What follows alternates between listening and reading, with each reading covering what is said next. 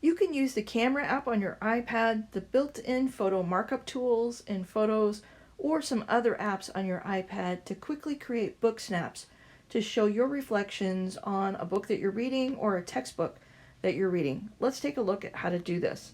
First, go ahead and tap on the camera app on your iPad. Next, let's open up to a page in the book that you want to make a connection with.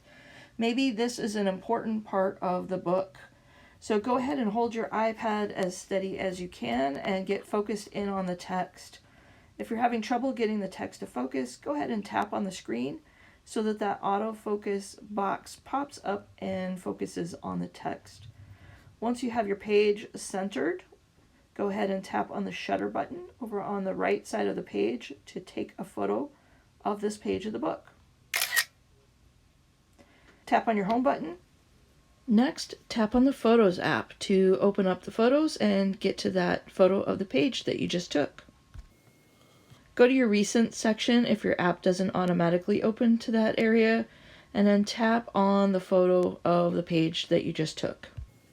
We're going to do some editing of this page, so go ahead and tap on Edit in the top right corner. First, we're going to crop this page or eliminate the parts that we don't need. So go ahead and tap on the Crop button. And then you're going to drag in these corner handles to cut off the parts of the photo that you don't need.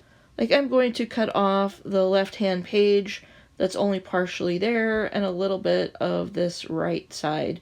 I'm going to leave this bottom section so that I can put some text on that with my reflection. Next, go ahead and tap on the Done button to save this cropping, and then tap on Edit again. Now we're going to use the Markup Tools in Photos, so go ahead and tap on the three dots button or the More button, and go ahead and tap on Markup. Markup are tools that are right in the Photos app. You should see a tray of tools that might be along your right side, the bottom side, or the left side, depending on where you left it. If you want to move this around, just hold your finger down on the small gray bar and drag your markup tools to wherever you want them to be so that they're out of your way. In the markup tools tray, you'll see that you have several different tools. You've got an undo and redo arrow, which is very helpful for correcting mistakes.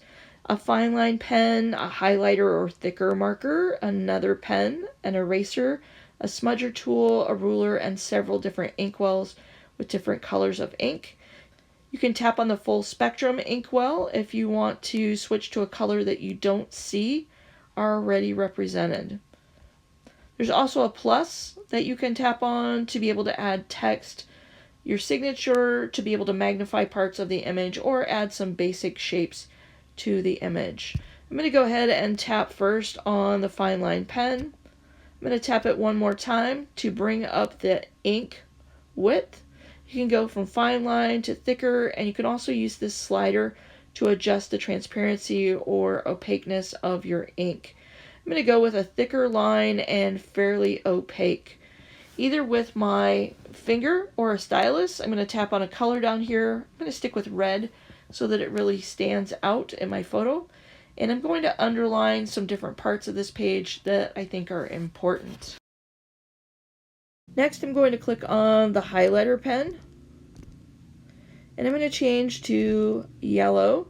I'm going to tap that highlighter again, and I'm going to make that ink a little bit more transparent so I can see through it like a real highlighter, and maybe a little thicker. Now, again with my finger or a stylus pen, I'm going to highlight some additional parts of this page that I feel are important.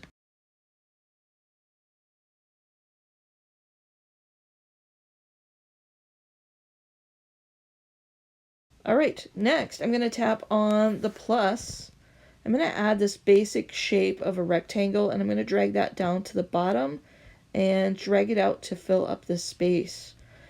Next, I'll tap on this button up here to fill in my rectangle so that it's a solid space. And I could choose a different color if I want. I'm going to leave it as yellow. And now I'll tap on the plus to add some text. So I'll tap on text. That will add a text box right in the middle of my page. I'm going to drag that down into this yellow area and double tap on it. and go ahead and add my thoughts or reflections or connections to this text. Alright, once I'm finished with that, I'm going to drag this text box to fit better on this yellow space. And I'm going to drag these little blue handles along the edge to kind of stretch that text out to fit on top of that space.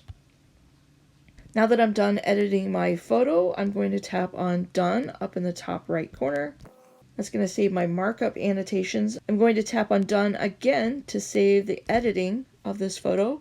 And now here's my photo with all of that digital ink and annotation saved on it. To share this photo, I can tap on the photo and I can tap on the share icon and I could airdrop this.